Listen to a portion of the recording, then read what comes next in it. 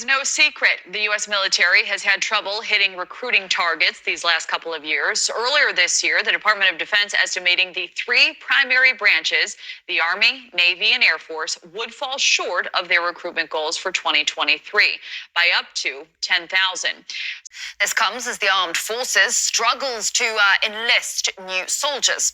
In 2022 alone, for example, the Army fell short of its recruiting goal by 25%. There are apparently fewer and fewer young Americans who are physically and mentally fit enough to join the military. This number now sits at about 23% for those aged between 18 and 24. The Army's secretary attributes poor recruitment figures to distrust of the government. The percentage of young Americans who are interested in joining the military has been declining over time. I think when you look at Gen Z, you see a lot of decline in trust in institutions. I think we, Americans, see a fair amount of dysfunction in our government. Michael Maloof, former senior secretary analyst at the Pentagon, thinks that the U.S. Army is getting more and more desperate to fill its ranks. It's not so much a change of heart, but a desperation.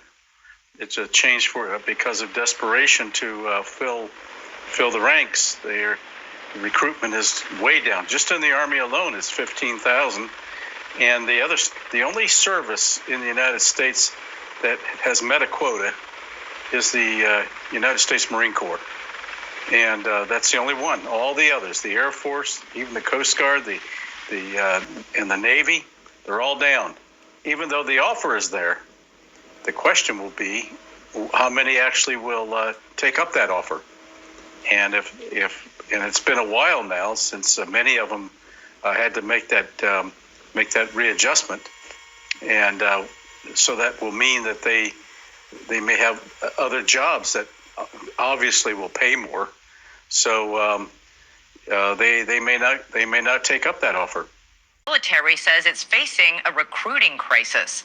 The Army, the Navy, the Air Force are all expecting to miss their recruitment goals by thousands this year. For the Army, it would mark a shortfall for the second year in a row. It's expecting 55,000 active duty recruits. That's 10,000 more than last year, but still below its target of 65,000. And it's not for a lack of trying. Branches of the military have recently eased up on restrictions on tattoos, pre-service marijuana use, and even physical fitness. According to an investigation by the Military Times, at least 1 in 6 recruits were given waivers to enter their service last fiscal year. That's the highest number in a decade. But officials say a bigger problem is a lack of interest. The Army's Vice Chief of Staff told lawmakers last month that for many people, military service seems like a life setback instead of a life accelerator.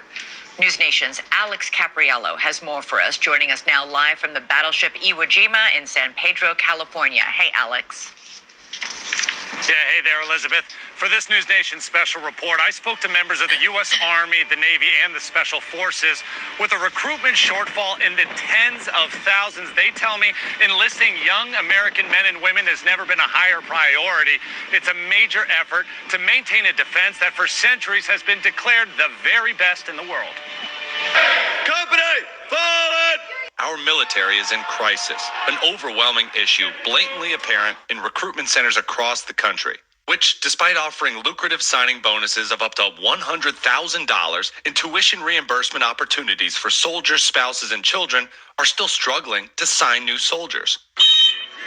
Recruiting is an uphill battle across the country right now. Over the past few years, the U.S. Army, Navy, Air Force, and Marines have struggled to meet their goals. In 2022, the Army missed that mark by 15,000 people, a full 25% short of its target.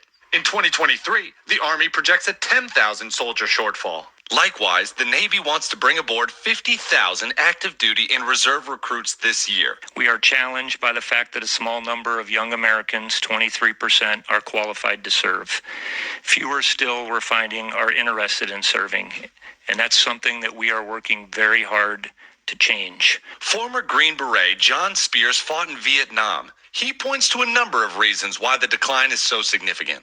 There is a cultural bias against a young person who makes that decision to join the military, that they're somehow taking a less desirable pipeline to success. To meet its quotas, some branches of the U.S. military are making concessions for recruits who could have once been disqualified. You are no longer a civilian. Like the Navy, which may offer waivers to those with previous drug use, have a history of mental illness, or who scored low on aptitude tests if they believe their candidate could still be molded into a quality sailor.